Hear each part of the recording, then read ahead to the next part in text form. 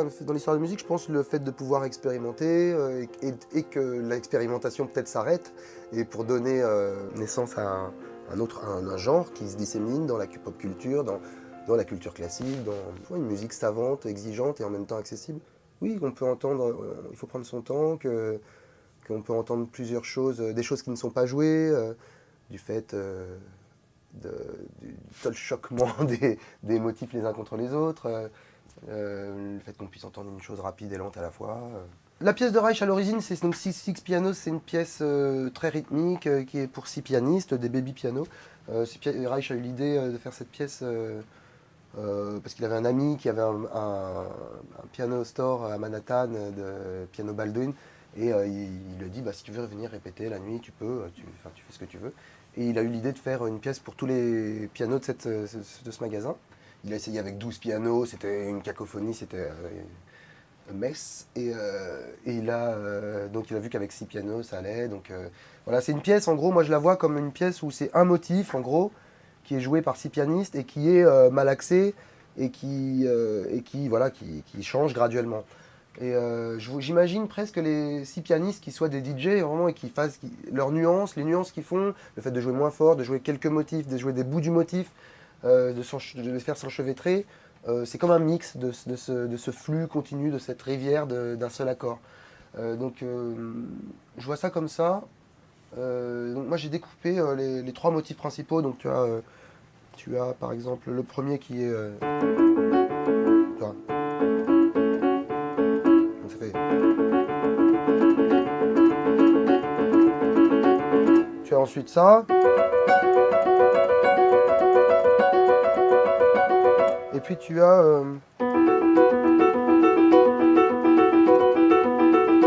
voilà. Bon, et puis, quelques autres motifs quoi, comme, qui arrivent par-ci par-là pendant la pièce. Donc ce que j'ai fait, c'est que je les ai mis sur mes claviers. C'est des techniques de sample. En fait, moi je bosse beaucoup avec le sample, mais d'une façon justement qui fait écho, qui fait réverbération avec la musique de Reich, qui est... en fait, dans ma tête, lui, il demande toujours à ses musiciens, les interprètes, de jouer comme des machines. Et là, ce que j'essaie de faire, c'est de jouer ma machine comme un pianiste. Que je peux superposer à lui-même. Là, je peux faire déjà 2 pianistes. Là, il y a 4. Puis 6. 7. Là, je te joue les 3 motifs en même temps.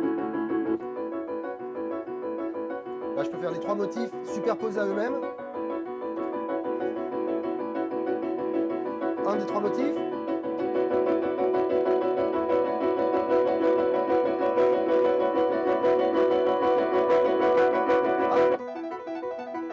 Voilà, 2 fois plus vite. Etc. Donc je peux l'amener loin et je peux le sculpter en fait les motifs.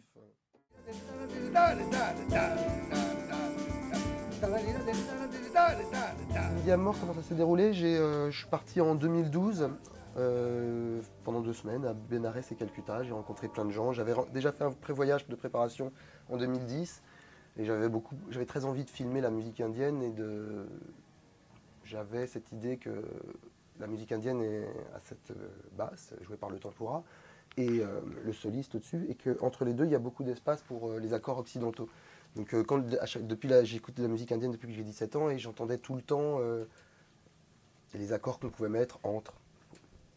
C'est pas un trou qu'il fallait combler, la musique indienne se suffit à elle-même, mais moi j'entendais les accords qu'on pouvait mettre à l'intérieur entre la mélodie et la basse. Voilà, on est parti, on a filmé des musiciens, des gens, j'ai fait de l'harmonisation de discours, j'ai édité les images et on a beaucoup joué.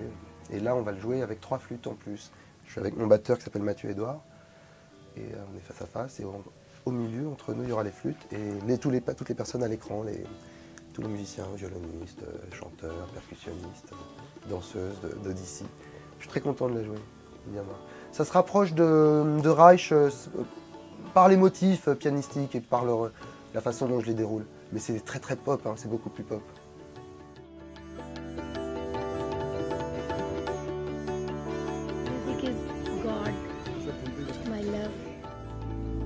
Music is God, my love. That's what you said?